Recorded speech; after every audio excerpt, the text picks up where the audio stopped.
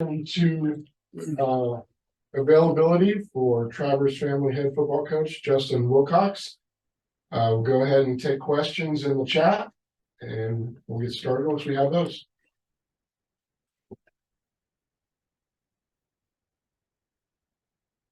Okay, we'll go ahead and get started with Jeff Rado. Justin, can you give us an update on kind of where things stand with the quarterback position? You didn't have Ben in practice a lot last week. I presume he might be back. And is Fernando in the mix at all? And just kind of where things stand going into this week. Ben is back and practicing. He was cleared late last week.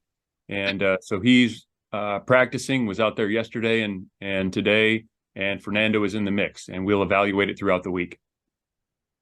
Okay, we'll move on to the second question. We'll go to Steve Kroner from the San Francisco Chronicle.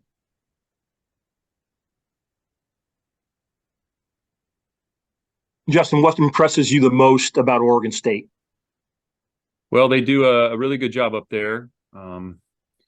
Jonathan and his staff they're fine coaches, and then they got some real good players. They play very physical football.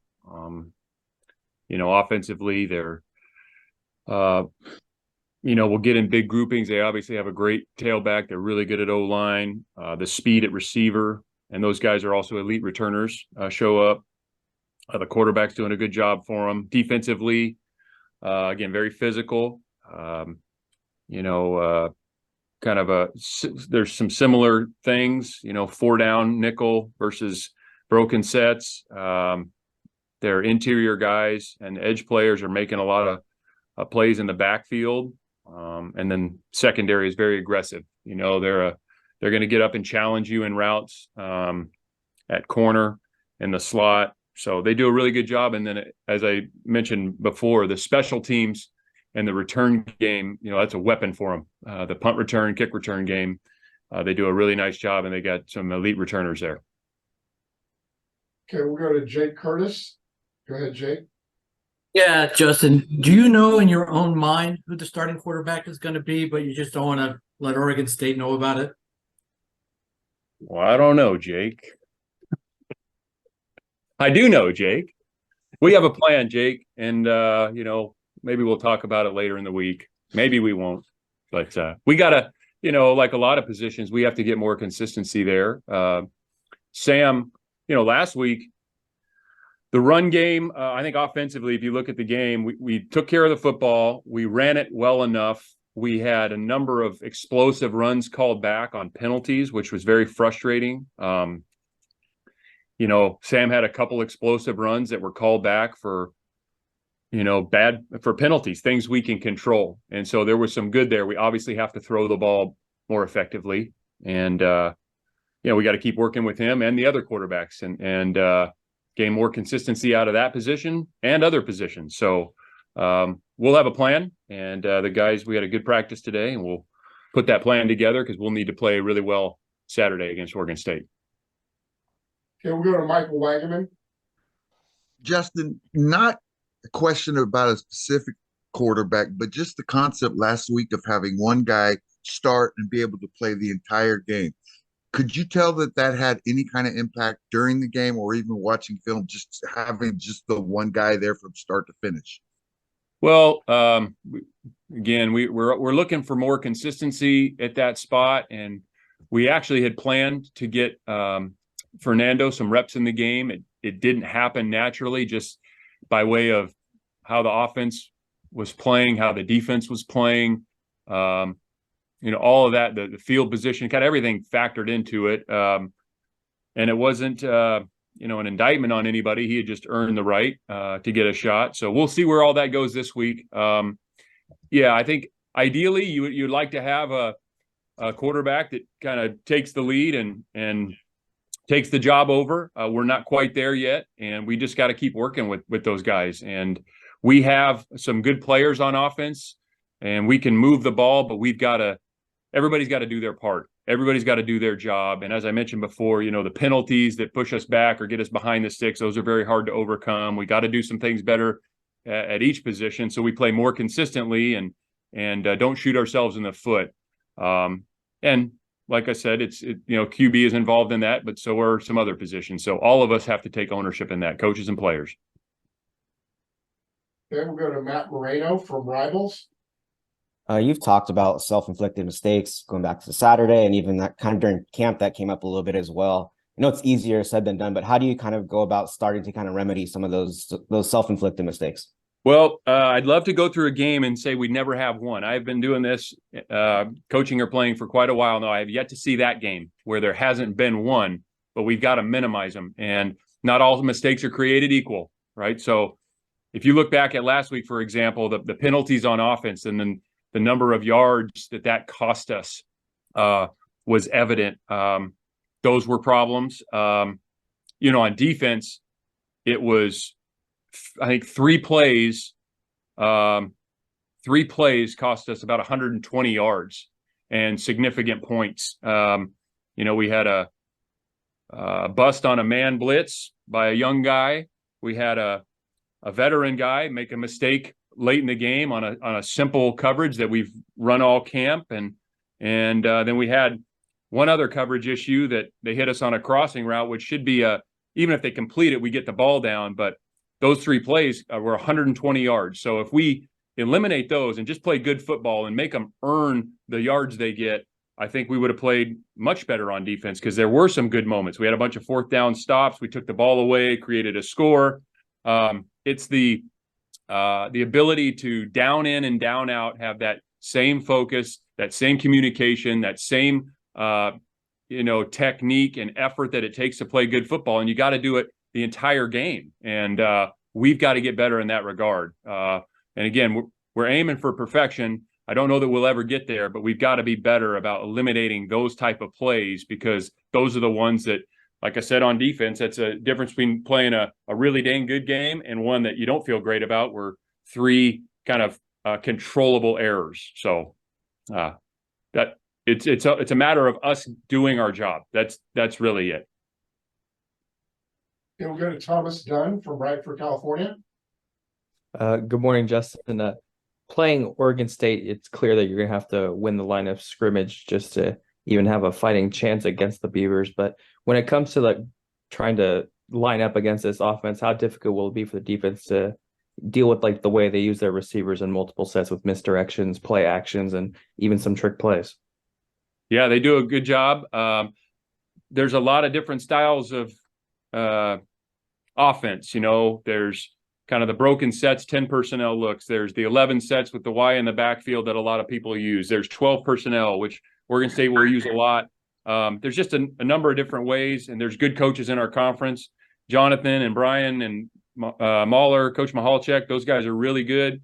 And ultimately, everybody's going to have a good plan. You don't really go into games in this conference on Saturday and think that the other team doesn't have good scheme. I've been doing this again a while. You don't really ever feel like they don't have good scheme. So these guys will have good scheme, and it's a matter of execution on both sides. And our job is to execute at a very high level, and you're going to have to play physical. You're going to have to be great at the line of scrimmage. We're going to have to tackle well. And when they take their shots, if we get in one-on-one situations, we're going to have to defend some people one-on-one. And that's how you play good football. And it'll be a great challenge for us, and our guys will be excited for it.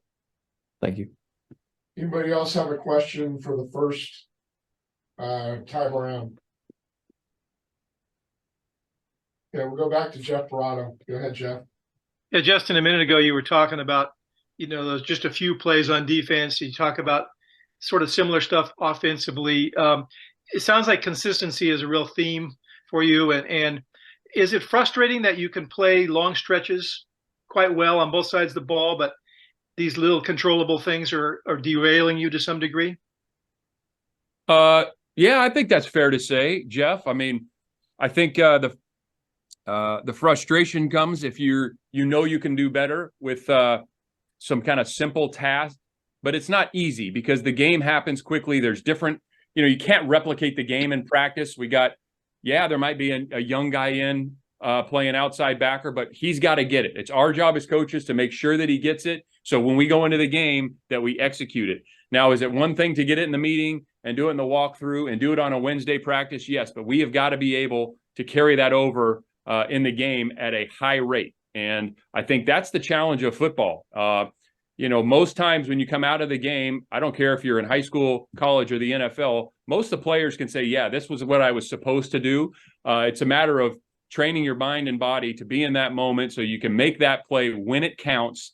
And that's how you execute at a high level. And there is certainly an element. I mean, obviously the physical matchups matter, and you got to win one-on-one. To play great football, you're going to have to win one-on-ones. But you can play really pretty good if you eliminate some of these controllable errors that we've seen. So offense, defense, and special teams, it showed up, and we're going to keep harping on it. We're going to hold the guys to a very high standard, and we expect them to hold themselves and their teammates to a high standard as well.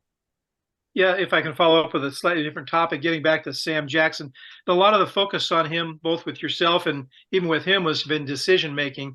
I'm wondering what you thought of his decision making in this game, or was it mostly an issue of just he wasn't as accurate as he needs to be?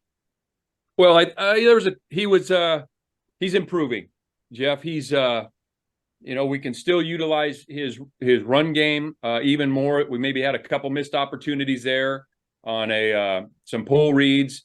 You did see on a couple that unfortunately got called back, where you see what happens when we get him out on the perimeter and he can make some plays with his feet. There was some opportunities in the pass game that we'd probably like to have back. And I think Sam, and he'd probably tell you the same, he just, as he's growing as a quarterback, he just got to slow down a little bit. And I think he's getting more comfortable with what he's seeing and the reads he's supposed to make. And now it's kind of let the play develop and not be in such a hurry. And I think he maybe mentioned it. We were talking about it. Sometimes it's like he's in fast forward. So if we can just kind of make that game feel a little bit more like practice and kind of slow the game down for him. And, there's no magic in that. It's just repetitions, and you got to keep working through it. But I think both the run game and pass game, there was still more to be had this past Saturday on offense. Thank you. Okay, we'll go back to Steve Croner. Hey, Justin, kind of a big picture question, if I might. A lot of people are talking about, look, you do have a daunting 5 weeks. You're playing 5 straight ranked teams. But I think there's also a perception that, I don't think people quite are giving you guys the right amount of respect that if you look at, and I'm getting kind of lost here, but if you look at the Auburn-Georgia game last week, and Auburn, a team you guys probably should have beaten, came close to beating the number 1 team in the nation. Do you bring that up with your players? Do you think you just have to tell them, hey, we are good enough to be on this stage, or does that not need to be mentioned? Yeah. You know what I'm saying? Yeah, I do. I see what you're saying. Yeah, that was obviously a disappointing loss, and we had to learn hard lessons from that game.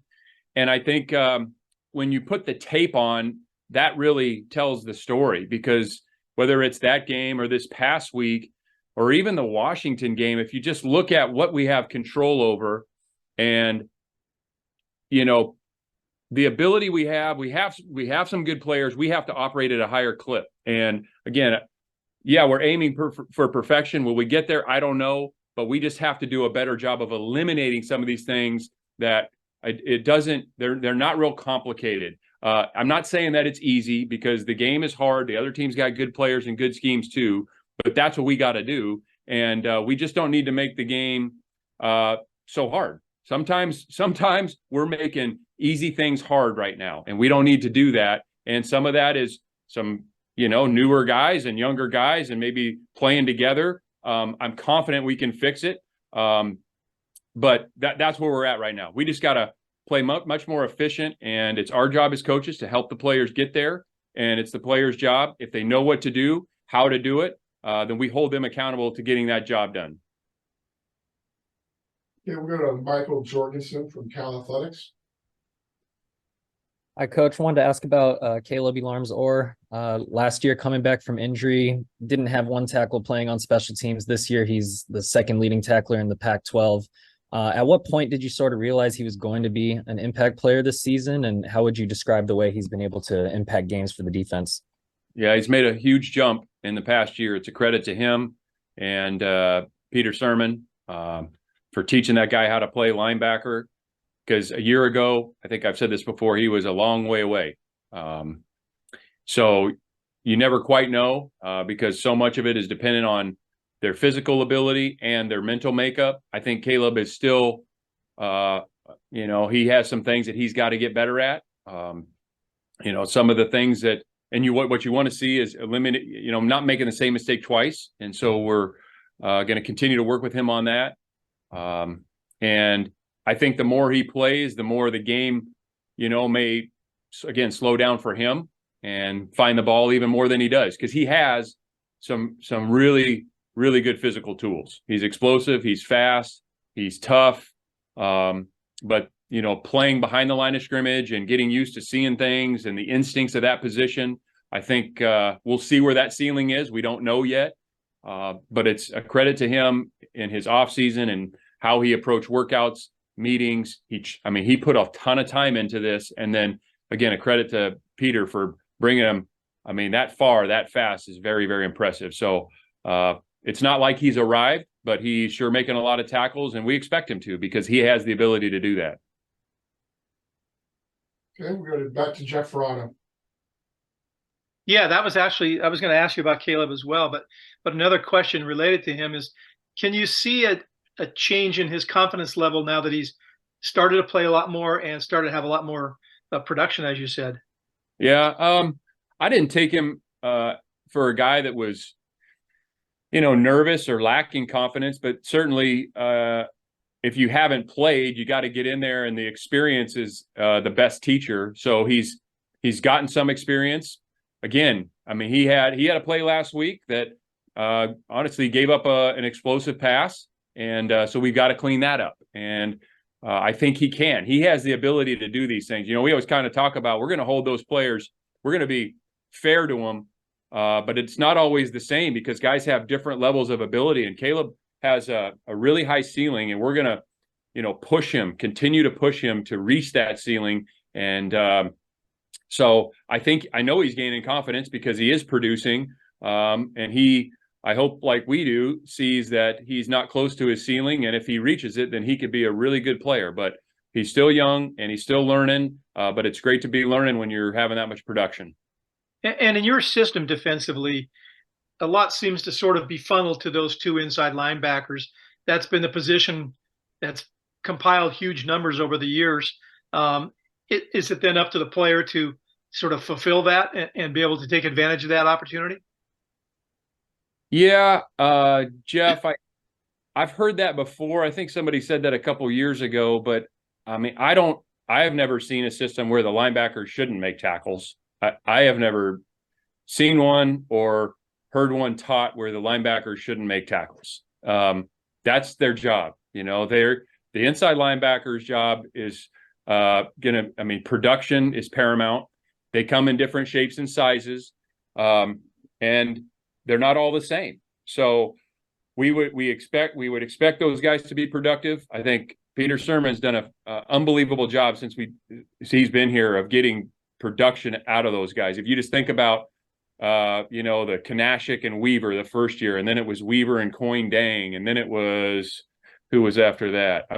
We've had production at that position every single year with different people, and then it's really a matter of how talented are they? What's their ceiling? And some of those guys are still playing, some aren't. One of the guys is the defensive player of the year in the conference, but you would expect inside linebackers to produce, but I think that's every system.